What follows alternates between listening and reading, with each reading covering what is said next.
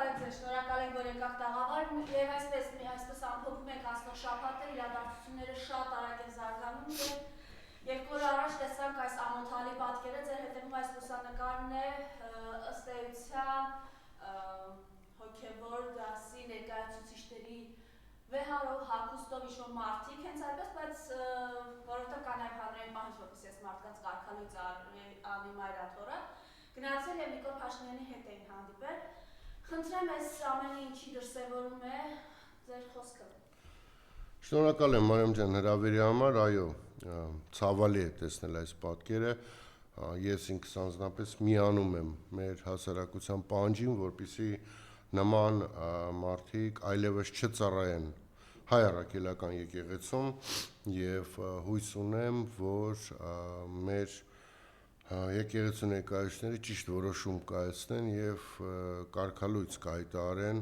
նշված մարդկանց։ Ինձ համար շատ ավելի ցավալի էր տեսնել այս մարդկանց մեջ Արցախի թեմի առաջնորդին։ Գիտեք, մարդկային որակների մասին նման մարդու արդեն խոսալը անիմաստ է, ուղղակի անմարդկային ցավ եմ ապրել, երբ որ տեսել եմ, որ թշնամուն Արցախը հանձնածի մոտ նստած էր նաև Արցախի թեմի առաջնորդը։ Բայց շատ կարևոր է, որ մեր ժողովուրդը հասկանա, որ սա է իրական Հայաստանի կառավարման պատկերը։ Վարչապետի պաշտոնը թյուրիմացաբար զբաղացնողի մոտ նստած էին մարդիկ, եկեղեցականներ, ում վրա ըստ ամենայնի բոլորի վրա կա կոմպրոմատ։ Եվ այդ կոմպրոմատի գործի դնելով Նիկոլը ստիպում է այս մարդկանց կատարել տարբեր քայլեր։ Այս է հենց այն պատկերը, որով ղեկավարվում է Հայաստանի Հանրապետությունը։ Ես կասկած չունեմ, որ Նիկոլի պատգամավորների գերակշռ մասի վրա կա նմանատիպ կոմպրոմատներ։ Ես կասկած չունեմ, որ կառավարության տարբեր ոլորտների ղեկավարների վրա կա նման կոմպրոմատներ։ Գաղտնիք չէ, որ մի քանի տարի առաջ գրվել էր, որ փոխվարչապետներից մեկը Մեհեր Գրիգորյանը լուր էր տարածվել, որ գործից ազատման դիմում է գրել, բայց իրեն պարտադրել են, որ մնա աշխատանքի եւ դեմ են տվել իր դեմ հարուցված քրեական հետապնդման վերաբերյալ փաստաթղթեր, ինչի արդյունքում նա որոշում է կայացրել շարունակել պաշտոնավորել, որպեսզի չդատվի։ Այս է այսօրվա Հայաստանի կառավարման ձևը։ Այսպես է կառավարվում Հայաստանը։ Մարդկանց վրա գտնում են կոմպրոմատներ, կան մարդիկ, որոնք շատ ամուր են եւ ասում են թքած ինչ ուզում ես արա, մեկը ես չեմ հետ կանգնի իմ քայլերից, բայց կան եւ թույլ մարդիկ, որոնք ասում են, որ շատ լավ կանեմ ամեն ինչ, միայն սա այս կամ այն տեղեկությունը չհրապարակվի։ Իհարկե հարձակումը եկեղեցու վրա շարունակվում է, կասկած չկա, որ մեր հասարակության մեծ մասը այդ հարձակմանը դեմ է եւ հույս ունեմ, որ թե հասարակությունը, թե մեր հայ առաքելական եկեղեցու ներկայացուցիչները եւ իդեմս մեր վեհապարայրապետի թույլ չեն տա, որպեսզի Նիկոլին հաջողվի վերջնականորեն քանդել մեր հայերիս հայ առաքելական եկեղեցին։ Այն, որ շարունակվելու է այս հարձակումը, իհարկե բոլոր ոչ մեկս կասկած չունենք, բայց նաև պետք է փորձել ամեն ինչի մեջ դրական բաներ տեսնել, ես որպես դրական բան տեսնում եմ այն, որ նաև գնում է մաքրման process, ոչ միայն եկեղեցու սպասավորների միջև, այլ նաև ընդհանրապես մեր հասարակության մեջ։ Ի վերջո վերջին 7 տարիների ընթացքում Նիկոլը մի հետարքիր դերակատարություն ստանձնեց այս երկրում, ինքը չարի մագնիտ է։ Նիկոլը այս 7 տարվա մեջ կարողացել է իր չար, իր ներ էությամբ իր կողքը համախմբել ամբողջ մեր հասարակության չարությունը, զզվանքը, հիվանդությունը եւ դավաճանությունը։ Եվ երբ որ այս իշխանությունից մենք ձերբազատվենք, մենք նաև կունենանք շատ հստակ ցուցակ այն մարդկանց, որոնք հայ կոչվելու իրավունք չունեն, այն մարդկանց, որոնց իսկական տեղը բանտում է, այն մարդկանց, որոնք պատրաստ են փողի դիմաց վաճառել իրենց հայրենիքը։ Սա այս խնդրի մասին։ Ամեն դեպքում, պարոն Վարդանյան, Վարդանյան, տեսեք, արժեր ապրողներ, անձնական կոմատների զոհ գնալ եւ այս կերպ գնալ այս մարդու հետ հանդիպման, բարձ է չէ, որ Նիկոլ Փաշինյանը իր տեսակում նաեւ այս մարդկա չի ներելու, ինքը նաեւ իրենց հարցերն է լուծելու։ Խնդրեմ ես, որտեղ երեկվանից համացանցում պատկվում է նաեւ այս ամեն մեկի իրենցից ամեն մեկի ըստ էության այն կոմպրոմատները, որոնք դրվել են իրենց առաջ, բայց այլևս իրենք էս բարակացած են։ Կլինի Գևորգ Սրբազանը, կլինի Հայտնի Կճոյանը, խնդրեմ։ Տեսեք, Նիկոլին այս վերջի 7 տարիների ընթացքում ով հետևել է իր քայլերին, պետք է շատ լավ հասկանա, որ Նիկոլի համար չկա որևէ սրբություն, բացառությամբ պաշտոնի եւ փողի։ Չկա այլ սրբություն։ Ընդ որում այդ ամենը վերաբերվում է միայն իրեն, իր պաշտոնին եւ իր փողին։ Մնացած ամեն ինչի եւ ամենի վրա Նիկոլը թքած ունի։ Այսօր իրեն պետք են այս եկեղեցու սպասավորները կօգտագործի, վաղը նույն Նիկոլը, նույն մարդկանց մասին ինչ ասելու է, ասեմ ավելին, կարող է կալանավորել, կարող է հենց ինքն էլ կոմպրոմատները հրապարակել, ասեն այս մարդը չունի որևէ տեսակի սրբություն եւ այս մարդու հետ համագործակցողները ոչ միայն հասարակության կողմից են պատժվելու, այլ հենց Նիկոլի կողմից։ Մենք շատ օրինակներ ունենք մարդկանց, որոնք 18-ին սկսեցին սրա հետ համագործակցել, հետո Նիկոլը իրանց գցած եւ այդտեղ գցելու է բոլորին։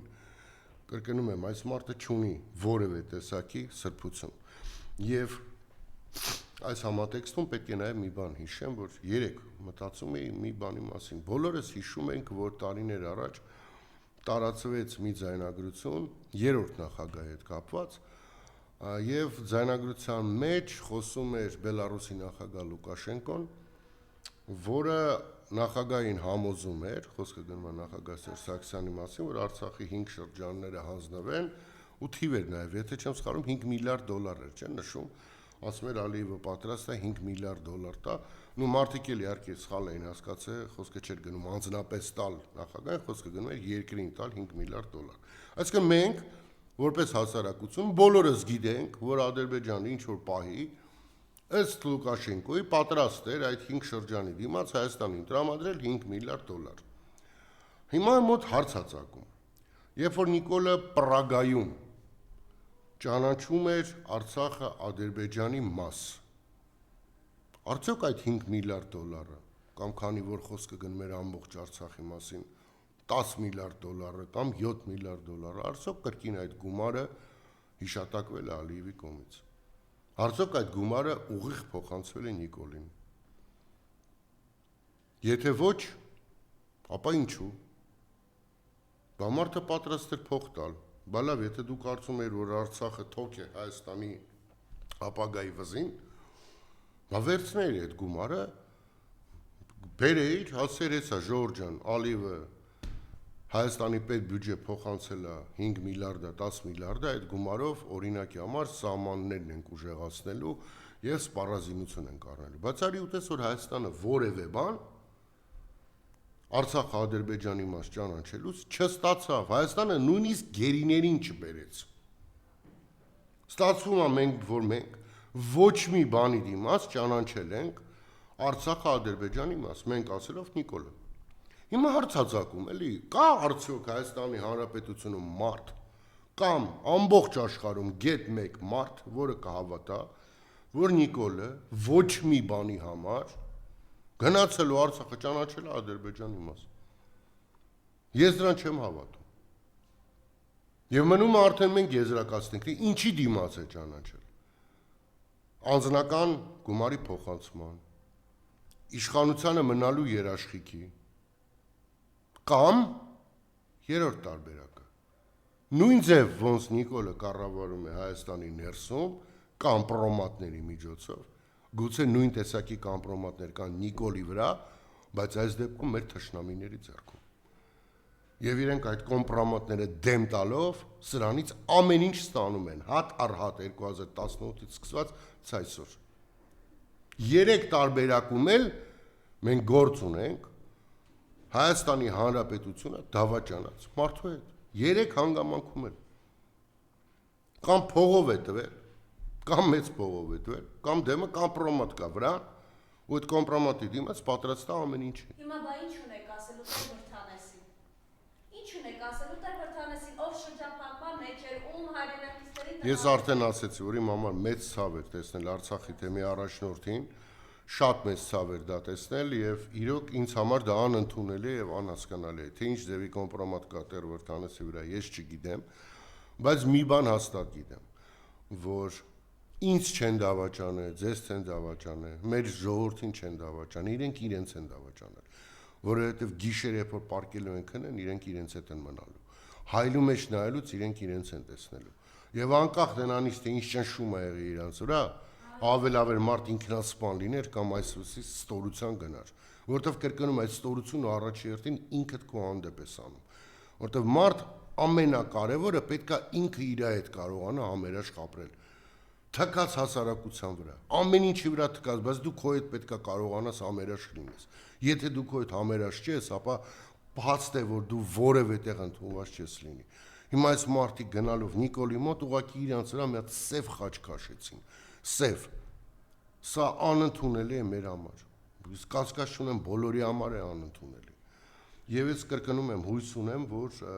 եկեղեցական ժողովը կարգալույց կանա այս մարդկանց, որպեսզի իրանք գործ չունենան այլևս եկեղեցու հետ։ Ամեն դեպքում մի անձ հետ կապված է նույն հոկտեմբերի 22-ին ազգային ժողովում Նիկոլ Փաշինյանը իրեն կորցրած, երբ որ շարունակում է էնտուզիազմով գործը,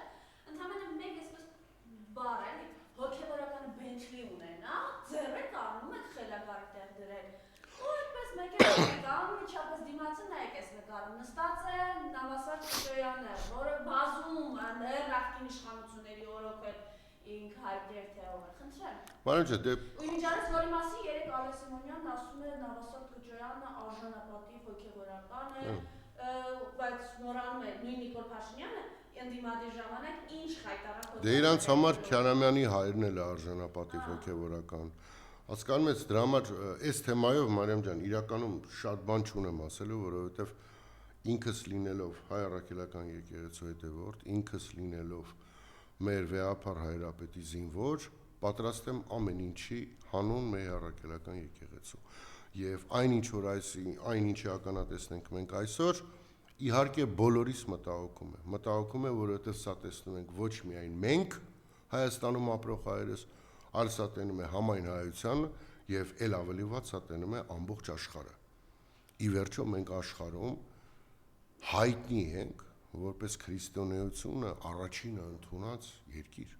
Մենք դրանով ենք հայտնի աշխարհում։ Դա մեր ամենամեծ պարծությունն է, չէ՞, դա մեր պարծան ամենամեծ բանն էր, որ աշխարհում ենք դրանով ենք ներկայանում եւ հիմա դրանով ներկայացող ժողովուրդը իր կառավարության պայքար է մղում եկեղեցու դեմ։ Սրանից այնյան խայտառակություն չի կարող լինել։ Ընդ որում այդ պայքարը սրվում եւ սկսվում է այն ժամանակ, երբ որ այդ եկեղեցու առաջնորդը բարձրացնում է արցախցիների Արցախ վերադառնալու իրավունքի հարցը։ Այդ հակամարտությունը սրվում է այն ժամանակ, երբ որ Ադրբեջանի հոգևոր առաջնորդը կպնում է մեր եկեղեցուն։ Այս սա է ամենադաժանը, ես դրա համար եմ ասում, կամ Նիկոլը փող է վերցնում, որ նման քայլեր անի, կամ Նիկոլի վրա էլ կա կամպրամատ, եւ նույն ձև ոնց ինքը այս մարդկանցա բերման ենթարկում իր կաբինետ, նույն ձև իրան են բերման ենթարկում այլ կաբինետներ, հասկանում ես, դա է ամբողջ ցավը էս ամեն ինչի, եւ իհարկե շատ ցավալի է, որ նույնիսկ այս վիճակում կան մարդիկ, որոնք սրան սատարում են։ Սա ուղղակի անհասկանալի է, անընդունելի է։ Էլի մեր հայրենակիցներն են, մոլորվել են, բայց ժամանակն է ի վերջո սթափվել արթնանալ։ Մի այլ հարց, որ անպայման ուզում էի այսօր նաև։ Եթե կարելի ուղղակի եկեղեցու թեման ամփոփելով, խնդրեմ ձեր խոսքը մեզ բոլորիս ըստ էության այսպես է, հա, Նիկոլ Փաշինյանը այլևս քաղաքականապես մտել է ինքը մայրաթոր եւ այս փուլում իհարկե ընդդիմությունն իր անելիքն ունի ամեն ձևով պաշտպանելու մայրաթորը։ Եկեք չգնանք այն պահին, երբ որ արդեն ամեն ինչ ավարտված է։ Հետևանքի դեմ պայքարը չէ տանել, պետք է ի սկզբանե թույլ չտան, որ իրողությունները տեղի ունենան։ Խնդրեմ այս մասով ձեր տեսակետը ինչ ունի անելու ընդդիմությունը, ես չգիտեմ, էլի իմ պատկերացնում հիմա մայրաթորում պատարակ է, այսօր Սուրբ Գեղարդն է դուրս բերվելու, ուղղակի էլի կա հավատավոր մարդիկ պատարակի են, բայց պետք է բոլորս այնտեղ լինենք, պաշտպանելու մեր եկեղեցին, մեր վեհափառին, այո, որովհետև սա այլևս քաղաքականապես կեղտոտ ոտ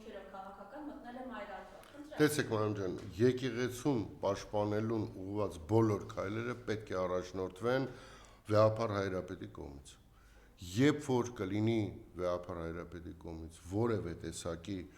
կանչ նման պաշտպանություն իրագործելու, ես կլինեմ առաջի շարքում։ Ես մենք չենք սպասում, մենք հետևում ենք process-ին, ես կրկնում եմ, որ Մարիամ ջան, տես, եկեղեցին ի տարբերություն մի րոպե, էլի չէ, մի րոպե։ Եկեղեցին ի տարբերություն մեզ շատ ավելի խորը պատմություն ունի եւ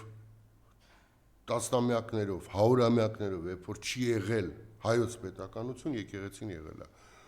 Ես կասկած չունեմ, որ եկեղեցու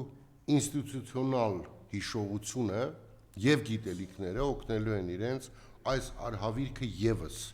հաղթանակած ավարտելու։ Դրա համար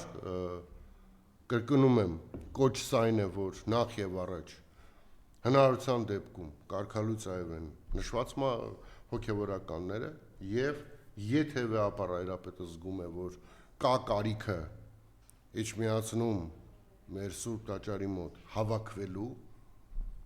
պաշտպան կանգնելու, ապա կասկած չունեմ, որ նա կդիմի ժողովրդին նման ուղերձով եւ մենք բոլորս կլինենք այդտեղ։ Մաղթում եմ, որպեսզի այս արհավիրքը եւս շուտ ավարտվի, որպեսզի Նիկոլը հասկանա, որ ինքը իզորու չէ քանդել հայ առաքելական եկեղեցին, ինչպես քանդեց Արցախը, չի հաջողվի իր մոտ եւ մաղթում եմ, որպեսզի բոլորս պատրաստ լինենք մեր եկեղեցուն սատար կանգնելու եւ պաշտպանելու։ Մեկ այլ հարց, որ անպայման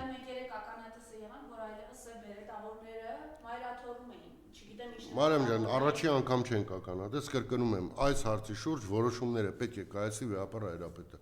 Որևէ մեկը իրավունք չունի։ Չէ, ես այն կարծիքի եմ, որ որևէ մեկը իրավունք չունի, ոչ կոչ անել հավաքվել եկեղեցու մոտ, ոչ կոչ անել այս կամ այն բանը անել։ Այդ իրավունքը վերապահված է մեկ մարդու, դա Վեհափառ Հայրապետն է։ Զանգերը ոնց են չէ։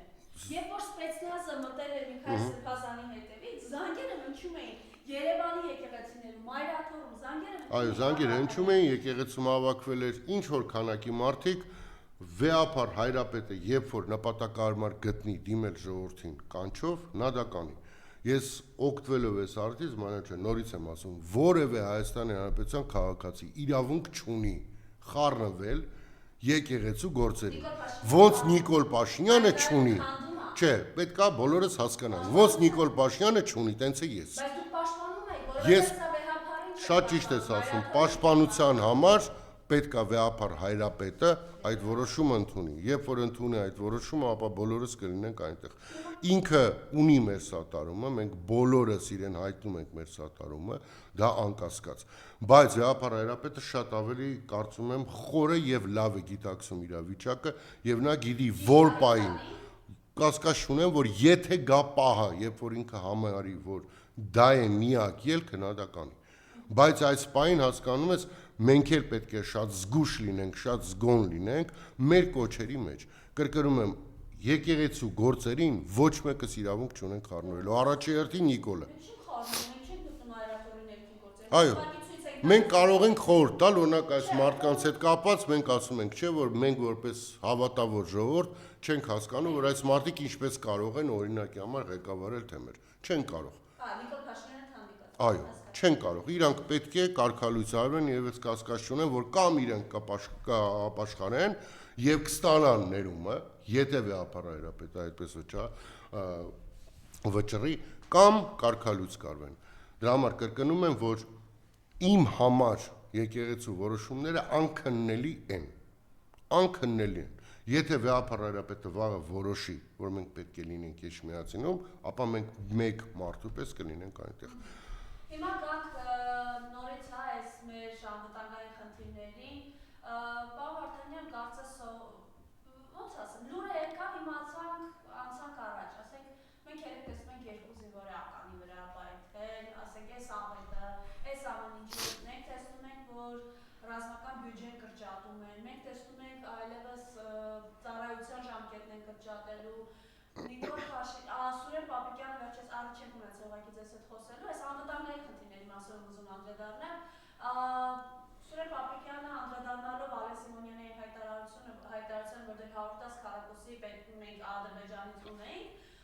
ասում է, եթե նման բան է հայտարարում Ալեն Սիմոնյանն, ուրեմն հիմքեր ունի։ Խնդրեմ այս մասով ձեր տեսակետը եւ իհարկե այս ամենի զուգահեռ ադրբեջանական նկատումները, որոնք բաց ոչ մի ձև չեն դադարում եւ որպեսզի ձեզ չխանգարեմ, այս օրերին նաեւ բոլորիս ուշադրությունը Միացյալ Նահանգներ, Ռուսաստան, Ուկրաինա այս իրողության մեջ է, այսպես եռացող կաթսա է, խնդրեմ։ Տեսեք, ինչ վերաբերվում է ընդհանրապես Հայաստանի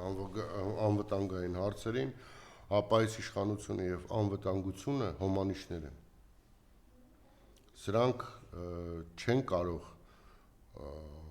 իրար հետ որևէ աղերս ունենալ, հա։ Ուղղակի չեն կարող։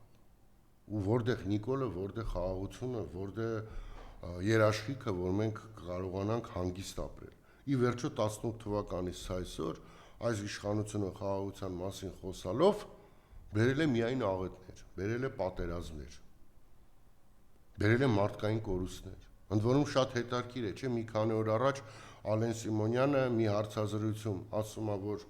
իրենք տեղյակ չեն եղել, որ երբ է սկսվելու հարձակումը, խոսքը 20 թվականի մասին է, բայց 44 օրյա պատերազմի դեպքերը ուսումնասիրող հանձնաժողովի նախագահը, այն բեղերով տղամարդը, հայտարարում է, որ մենք ունեցել ենք տեղեկություններ, թե երբ է կոնկրետ սկսվելու պատերազմը։ Ըստ իմ ունեցած տեղեկությունների եւս պատերազմի օրը պարզ էր, ուղղակի մի օր շուտ է սկսվել։ Մեկ օր հետո էին սպասում, մեկ օր շուտ է սկսվել։ Բայց այս մարդկանցից սпасել որևէ խաղաղություն, սпасել հանգիստ կյանք, սпасել անդոր երկիր, անիմաստ է։ Անիմաստ է, որտեղ այս մարդկանց մոտ չկա որևէ սրբություն։ Այս մարդկանց սրբությունը Նիկոլն է։ Իսկ Նիկոլը իր հերթին չունի սրբություն։ Այս մարդիկ կան, քանի որ կա Նիկոլը։ Այս մարդիկ փող են աշխատում, քանի կա Նիկոլը։ Նիկոլը փող է աշխատելու այդքան ժամանակ, քանին է պետք է իր տերերին, քանի այդ կոմպրոմատը օգտագործում է իր դեմ։ Այդ է վիճակը այս երկրի։ Մենք առնում ենք Հնդկաստանից եւ թող չդիտարկվի որպես հակահնդկական ելույթ, բացարձակապես շատ լավ են վերաբերվում Հնդկաստանի ժողովրդին եւ Հնդկաստանին որպես երկիր, բայց մենք առնում ենք զենքեր Հնդկաստանից, առնում ենք այն զենքերը, որոնք որևէ տեսակի փորձակնություն դեռևս չեն անցել, որտեղ որևէ տեղ չեն փորձարկվել։ Եվ են միլիարդներով փող են տալին ու ըստ իրանց միլիարդներով այդ զենքերի վրա։ Մենք սառացնում ենք մեր մասնակցությունը հապկում ու Հնդկաստանից զենք ենք առնում, երբ որ Ռուսաստանի Դաշնությունը նմանատիպ զենքերը տասնյակ անգամներ ավելի պիտանի արտադրում է։ Փոխանակ մենք էլ ավելի խորացնենք մեր մասնակցությունը հապկում եւ հապկի շնորհիվ ստանայինք նորանոր տեսակի զինամթերքներ, մենք ասում ենք, որ մենք դե ֆակտո այլևս հապկի անդամ չենք, ինչպես հայտարարեց ազգային ժողովի նախագահ, եւ թեքվում ենք Հնդկաստանից փորձում ենք զենքեր առնել։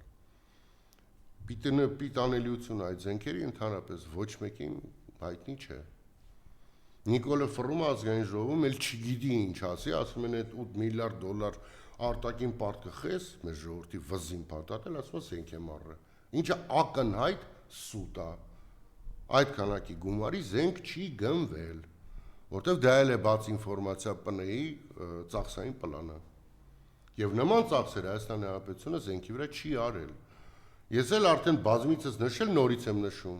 արտաքին պարտքի գերակշիռ մասը ուղղվել է դատախազների, ոստիկանների, պարեկների, քննիչների եւ այլոց ԱԱԾ-ի աշխատակիցներին աշխատավարձերը տասնյակապատի բարձրացնելով տալու վրա, որոնց շնորհիվ Նիկոլը պահում է իշխանությունը։ Այդ դրա վրա է գնացել պարտքը։ Պետությունը չի վերցրել այդ պարտքը, որպեսզի մեր սահմանները հզորացնի, որպեսզի մեր սահմաններում ինժեներական աշխատանքներ կատարի, որպեսզի մեր զինվորները ավելի լավ պայմաններում ծառայեն, որպեսզի մեր զինվորները ավելի շատ աշխատավարձ ստանան, պայմանագրայինները։ Ոչ, այդ ամբողջ գումարները ծախսվել են դատաիրավական համակարգը ամբողջությամբ Նիկոլի տակ պարկեսնելու վրա։ Այդ դրա վրա են գումարները ծախսվել։ Եվ մեր ժողովրդի հաշվին ստեղծել են կառույցներ, որոնց միակ սուրբ պարտականությունը ընդդիմադիրներին լռեցնելն է։ Մենք տեսնում ենք, չականատես ենք, որ ամեն օր Հայաստանում ծանրացուցիչ հանգամանքներով ինչ որ դեպքեր են լինում քրեական, հա։ Երեք միայն օրվա ընթացքում մի քանի կրակոցների մասին վերանային վնասված, չգիտեմ, Դարել ենք Սիցիլա։ Մարամ իրոք այս վիճակը խայտառակ է, երբ որ լսում ես, թե ինչքան գումար է ներդրվում այդ ոլորտի վրա, ինչքան փակագծերի մեջ բարեփոխումներ են այդ ոլորտում տեղի ունենում, եւ հենց այդքանով ավելանում է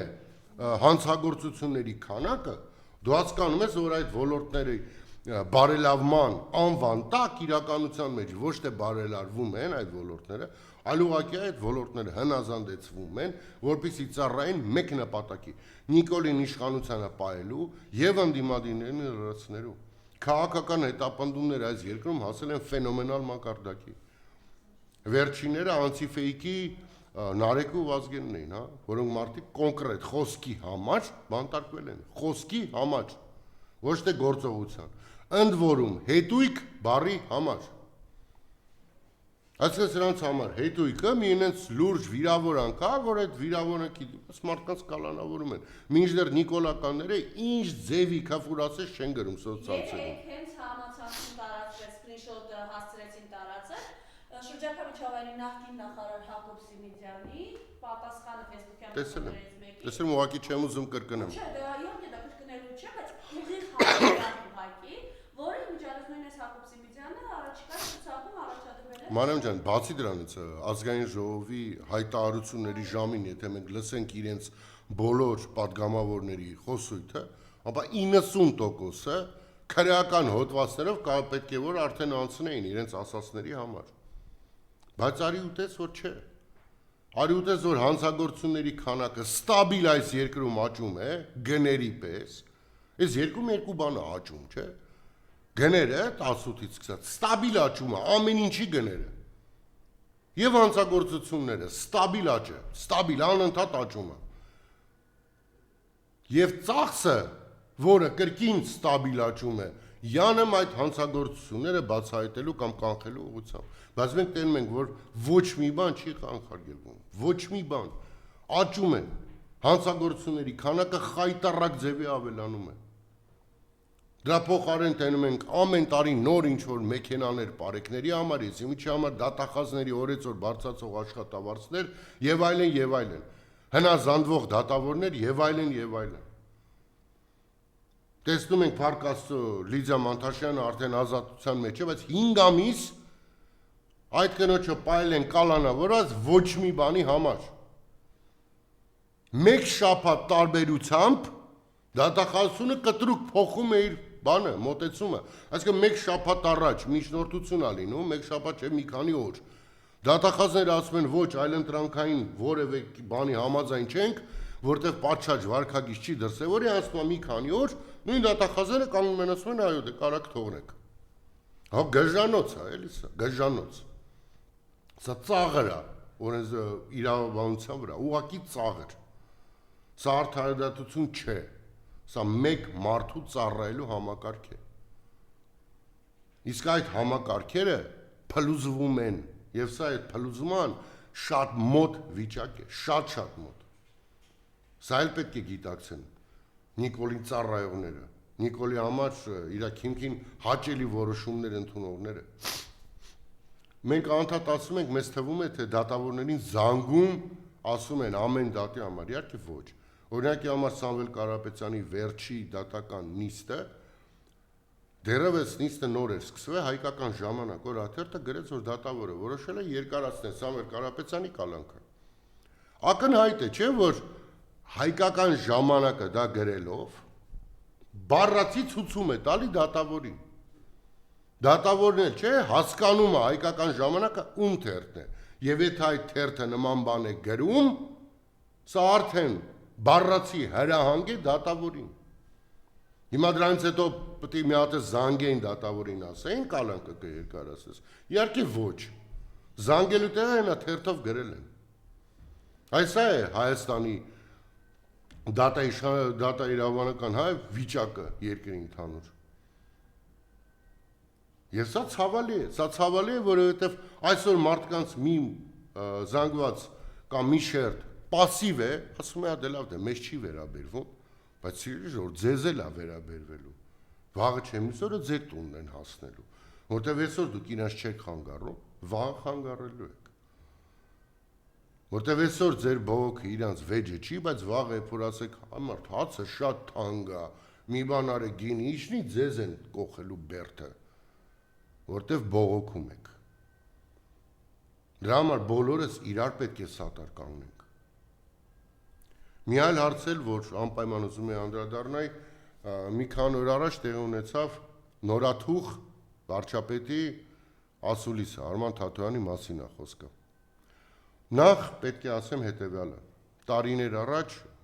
ես գրել եմ, որ ամենամեծ վնասը, որ Նիկոլը հասցրել է Արցախի կորստից հետո, այդ ժամանակ հələ պատերազմը չէր եղել։ Բայց ես ասել եմ հետևյալը.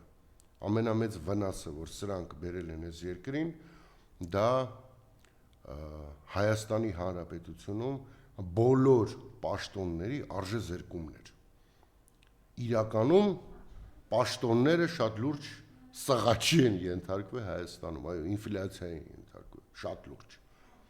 Երբ որ դու տեսնում ես, որ վարչապետը Նիկոլն է, ակնհայտ է, որ դու քո մեջ արդեն կարող ես մտածել, որ իսկ ինչու ոչ ես, եթե Նիկոլն է։ Նախկին նախագահների մասին կարող ես լավ կարծիքի լինել, կարող ես հարգել, կարող ես չհարգել, բայց որևէ մեկը չի կարող վիճել,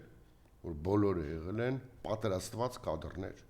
բոլորը եղել են պետական գործիչներ, բոլորը եղել են քաղաքական դեմքեր, եւ բոլորը եղել են շատ լուրջ մտավոր ունակություններ ունեցող մարդիկ։ Կրկնում եմ, կարող ես իրենցից որևէ մեկի աջակիցը լինել, չաջակիցը լինել, բայց չես կարող վիճել, որ մտավոր հարցում երեքն էլ շատ ուժեղ են։ Բայց այսօր Նիկոլը իջացրել է պլանկան Հայաստանի վարչապետի, մի պլանկայի, որում իմ տան շունը եւս կարող է լինել վարչապետ, եթե համեմատական վերցնենք։ Եվ այստեղ արդեն գալիս է այն հարցը, որ այսօրվա անդիմությունը պետք է գիտակցի եւ հասկանա, որ այն, որ Նիկոլը վարչապետ է, չի նշանակում, որ մի այլ Նիկոլ եւս կարող է լինել վարչապետ, որտեղ մեկ այլ Նիկոլի դեպքում մենք կստանանք նույն ինչ որ ունենք այսօր, գուցե նույնիսկ ավելի վատը։ Ի վերջո Նիկոլին հեռացնելու խնդիրը ոչ թե ինքնանպատակ է, այլ Նիկոլին հեռացնում ենք, որպեսզի կարողանանք փրկել այն, ինչ մնացել է մեր հայրենիքից, եւ հույս ունենալ լավ ապագայի։ Իսկ այդ ամենին հասնելու համար պետք է փորձառու մարդիկ, պետք է կյանքի փորձ ունեցող մարդիկ, պետք է մարդ, որը ունակ է նման բան անել։ Եվ իմ դիմումը ընդդիմադիր դաշտի մեր գործընկերներին այն է, որ պետք չէ դիրքավորվել որպես վարչապետներ։ Նիկոլը առանց այդ 3 միլիոն վարչապետ էր ստեղծել 18-ին։ Մի ավելացրեք քանակը։ Դիրքավորեք որպես ճիշտ ընդդիմադիր, բայց մի գերագնահատեք ձեր հնարավորությունները։ Հիմա Արման Թաթոյանը տալիս է ասուլիս, ընդ որում շատ հետաքրքրական այն է, որ նույն օրը ես ունեմ հավաստի տեղեկություններ, որ Թաթոյանը հրավիրված էր նաև ԱԺ-ում տեղի ունեցող քաղբանտարկյալների հետ կապված լսումներին։ Եվ որպես նախկին ՄԻՊ կարծում եմ, որ նա պարտավոր էր լինել ազգային ժողովում։ Պարտավոր էր ասել իր խոսքը կապված քաղաքական բանտարկությունների հետ, քաղաքական հետապնդումների հետ։ Բայց արյունտես, որ նա ավելի կարևոր համարեց հրավիրել ասուլիս եւ այդ ասուլիսի ընթացքում հնչեցնել հետեւյալ գաղափարը. եթե նախկին նախագահները իրոք ուզում են, որ Նիկոլը հեռանա, ապա իրանք պետք է հայտարարեն, որ դուրս են գալի քաղաքականությունից։ Ինչ խոսք, մտքի գիգանտ։ Լևոն Տեր-Պետրոսյանն էր նման բան ասում 2000, Ալեն Սիմոնյանն էր ասում, բայց թե այս մտքի գիգանտին պետք է ասել հետևյալը. երբ որ նախագահները կամ իրենց թիմակիցները կամ իրենց հետևորդները փողոցներում կռիվ էին տալի այս իշխանության դեմ, երբ որ մենք բոլորս բերման էինք ենթարկվում, ծեծի էինք ենթարկվում, ուր էիր։ Թե փողոցը քո տեղը չէ։ Դու սիրում ես փողկապը հագած, սիրուն ինչ-որ սենց կոստյումով բանով հարցազրույցներ տալ և ասել, որ ես ելնեմ ես կանեմ, չէ կներես, ես քեզ չեմ հավատում, դու դա անողը չես, դու կրկի եվս մեկ պառակտող ես, դու եվս մեկ պառակտող ես, երբ որ նամանավանդ խոսքը դնում է նախագահ Քոչարյանի մասին, դու խոսում ես մի մարդու մասին, ում ղեկավարած ուժը Հայաստանում թիվ 1 ընդդիմադիր կուսակցությունն է, դաշինքն է ազգային ժողովում, դու խոսում ես մի մարդու մասին, ով անցած ընտրություններում Հայաստանի Հանրապետությունում ամենաշատ ձայնն է հավաքել, դու քանի ձեն ես հավաքել, Արման Թաթոյան, կամ քանի ձեն կարող ես հավաքել, վերջերս Էջմիածինում ընտրություններ էին, բա որ տենց վարչապետացու ես, որ տենց ասում ես ամեն ինչ կարամ անեմ, բա մի հատ մասնակցեիր Էջմիածինի ընտրություններին,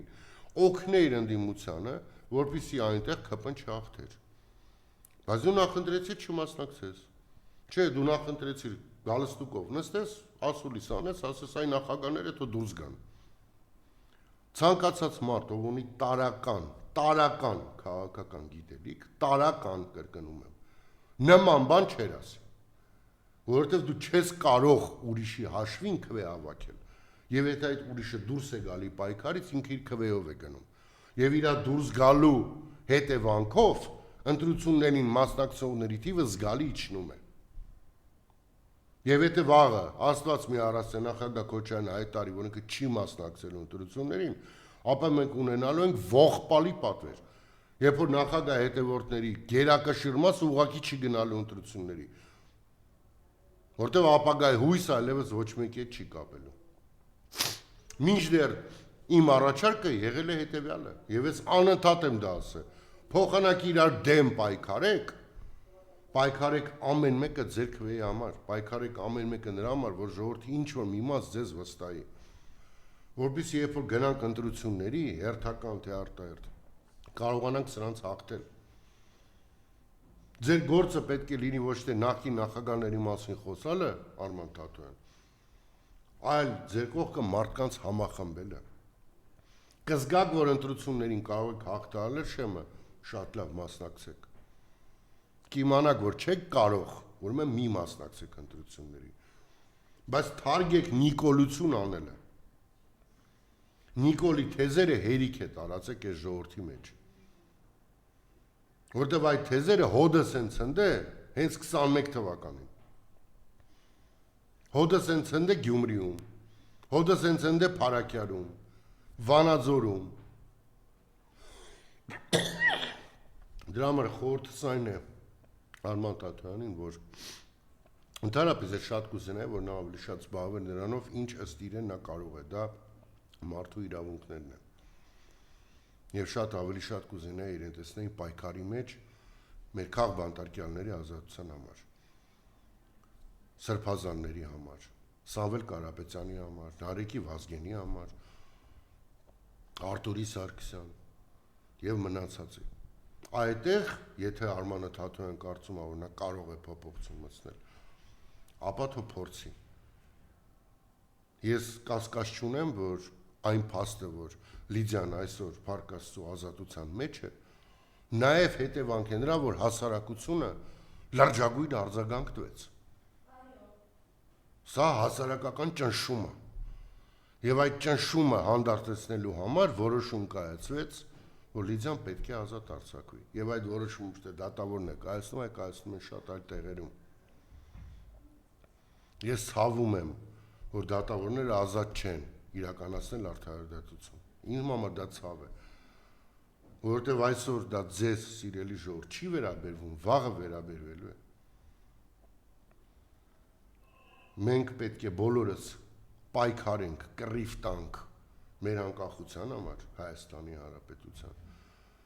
կռիվ տանք մեր անվտանգության համար և անենք ամեն ինչ, որ մեր ազգային բոլոր բաների դեմ պայքարող Նիկոլից ձերբազատվենք։ Սա լոկալ կռիվ չէ, սա աշխարհագրական կռիվ է, որում մենք պետք է լրջագույն դերակատարություն ունենանք։ Այս պահին կա օդում կախված միտք, որ հնարավոր է Ռուսաստան-Ուկրաինա պատերազմը մոտակա ժամանակները ավարտվի։ բայց իրականում վիճակը շատ բարդ է։ Ակնհայտ անձեն աչքով երևում է, որ եվրոպացիները անելու են ամեն ինչ, որպեսզի այդ պատերազմը չկանգնի։ Ըստ իս պատճառներից մեկը եվրոպացիների համար դա այն է, որ տարբեր երկրներում իշխանությունները ուղղակի ուզում են պահպանել իրենց իշխանությունը։ Շարունակական պատերազմը նաև Զելենսկիի համար է հնարավորություն տալի մնալ Ուկրաինայի նախագահ։ Ոչ մեկի համար գաղտնիք չէ, որ շատ հնարավոր է նա պարտվի ընտրություններում, եթե նշանակի ընտրություններ։ Գերմանիայում կարող է լուրջ խնդիրներ առաջանալ, Ֆրանսիայում արդեն երևում է, որ խնդիրները լինելու են, եվրոպական տարբեր այլ երկրներում են խնդիրները լինելու, որովհետև ժողովուրդը սկսելու ասել, լավ, բայց քան փող գնաց Ուկրաինա, բայց ինչի համար։ Դրա համար ներկայիս քաղաքական ռեժիմների համար իրենց դիրքերը պաշտպանելու համար եւ պահպանելու համար շատ կարևոր է, որ ռուս-ուկրաինական հակամարտությունը շարունակվի։ Թքած թե ինչ կլինի Ուկրաինայի հետ։ Ինձ համար ամենամեծ ցավը դա է, որ որևէ եվրոպական երկրի ղեկավար, որոնք այսօր քաջալերում են, որ կռվը շարունակվի, չի մտածում ուկրաինացու մասին, չի մտածում Ուկրաինա պետության մասին, այլ մտածում է իր անձնական շահի եւ իր իշխանության մասին։ Այդ դա է ցավը։ Եվ մենք դա տեսնելով պետք է հասկանանք, թե ինչ վտանգավոր խաղի մեջ են մեզ սրանց մցրե այստեղ։ Ինչ են անում մեզ սրանք մեր գլխին։ Ոնց են իրանք դարձնում մեզ Ռուսաստանի թշնամի։ Իսկ նրանք անում են դա։ Բոլորս պետք է պատրաստ լինենք պայքարի ցանկացած տեսակի, բայց գիտակցելով, որ ապագա իրոք կա։ Իրոք կա։ Ուղղակի այդ ապագայում Նիկոլ չկա։ Այդ ապագայում Աննա չկա, այդ ապագայում ՔՊ չկա։ Մենք բոլորս այս 7 տարիների ընթացքում ականատեսն ենք եղել խայտառակ իրադարձությունների, խայտառակ, որ ամենավատ երազում չէին կարող պատկերացնել։ Ես մինչև հիմա ամեն օր փորձում եմ ինքս իմ մեջ կռիվ եմ տալի, թե լավ ոնց ես չեմ կարող Վարդենիսով հիմա քշեմ Մարտակերտ, ոնց, ինչու։ Մենք կորցրել ենք մեր հայրենիքի մի մասը։ Մենք կորցրել ենք հազարավոր զավակներ։ Ինչի համար, որ Նիկոլը իշխանություն ունենա, ինչի դիմացայինք այդ ամեն ինչի վերջը տվել։ Ու այսօր էլ հալածի տարբեր մարդկանց, Սամվել Կարապետյանի պես մարդում բանտում պայես, ինչա ինքը հայ է ուզում մնա։ Իսկ կռիվը հետևյալն է, Սամվել Կարապետյանը ուզում է հայ մնա, ուզում է պարծությամբ ասի, որ հայ է, ուզում է ասի, որ քրիստոնյա հայ է, նույնը ուզում է անի Միքայել Չապաղյան սրբազանը, նույնը ուզում է անի Բագրատ սրբազանը, Արագածոտնի սրբազանը, եւ մնացած բոլոր այլ քաղբանտարկյաններ ուզում են հայ մնան, ուզում են պարծությունով ասեն, որ հայ են, ուզում են ասեն, որ քրիստոնյա են, եւ դրա համար հալածվում են։ Ոչ մեկը չպետք է անմասն մնանք այս պայքարից։ Պայքարի տարբեր ձևեր կան, նույնիսկ Facebook-ում պոստը պայքարի ձև է։ Եվ հավատացեք, որ Լիդիայի համար այդ պայքարը տվեց իր արդյունքը։ Նմանատիպ պայքար պետք է լինի բոլորի համար։ Փողոցում, օդում պետք է քաղաքական բատարկյալների անունները անընդհատ լսվեն։ Փողոցում, օդում պետք է բողոքը լինի։ Բոլորը պետք է զգան, որ այս իշխանություններից զզվել ենք, այստեղներս եք հասել։ Հերիք եղավ ու բոլ եղավ։ Այսքանը Մարիամ ջան։ Եվ քանի որ քաղաքականներից խոսեցիք, այսպես վերջին հարցը, նորից են երեկվա այդ Մարտկոս Սրբազանների հանդիպում Նիկոլ Փաշինյանի ու այս իրականության մեջ եւ Շենձերետիկին գրելն ասած մի ասել, որ իրենք հոգեվոր եղբայրներ են, եւ Բագրատ Սրբազանը, Միքայել Սրբազանը, Մկրտիչ Սրբազանը կալանավորված են այս իշխանությունների ձեռամբ, իրենք գնում են ըստ էության կալանավորողի ձեռքը։ Տեսեք, ու փակված լինելով անգամ մեր այս սրբազանները ոչ են անում անսասան մնալ հայ առաքելական եկեղեցու կողքին։ Նախ եւ առաջ մի միտք, որ մոռացել է հիշատակել, ես կարծում եմ, որ այսօր կալանավորված սրբազանները կալանավորված են նաեւ այն պատճառով, որ իրենք մեր հայ առաքելական եկեղեցու հիմնասյուներից են։ Եվ իհարկե իրենց կալանավորումով փորձել են թույլատնեն վեհապար հայրապետին։ Սա ակնհայտ է իմ համար։ փակի տակ են պահում մարդկանց, հոգեվարականների, որոնց կարծիքը կարող է լուրջ ազդեցություն ունենալ թե տեղում, իրենց մարզերում, թե հնարավորապես մեր հասարակության վրա։ Եվ պայքարի շրջանակում է, որ իրենք այսօր բանտարկված են։ Եվ իրենց հոգևորական ընկերները պետք է այդ բառը օգտագործեն, գնում են եւ երեք հանդիպում են Նիկոլի հետ, մարդու ով իրենց բանտարկել է։ Իհարկե անթույլատրելի, զզվելի տեսարան է, բայց պետք է կրկնեմ, ինձ համար ամենազզվելին Արցախի թեմի առաջնորդին այնտեղ տեսնելն էր։ Անընդունելի, զզվելի, շատ ծանր, չգիտեմ, շատ ծանր եմ տարել այդ հանգամանքը, շատ, ահավոր ծանր եմ տարել, որտեվ չի տեղավորվում մտքումս։ Այդ ինչ կամպրոմատիվ վրետ ունենային։ Տարին ասա ջահանդամը թե չունեն։ Տղամարդարի վեր կանայր ասեր, հա ին վրա ինչ որ բաներ են գտե, ես ինքս հրաժարվում եմ սպասավոր իմ կարգավիճակից, բայց չեմ դավաճանի իմ եկեղեցին։ Բայց դու ընտրեցիր դավաճանությունը, որովհետև այնտեղ հայտնվելը դա դավաճանություն է, որը միանշանակ քեզ օգուտ չի բերելու, ժամանակավոր օգուտ է բերելու, բայց հետո Նիկոլը սաղիթ օգտագործելու է։ Այսքանը Մարիամ ջան։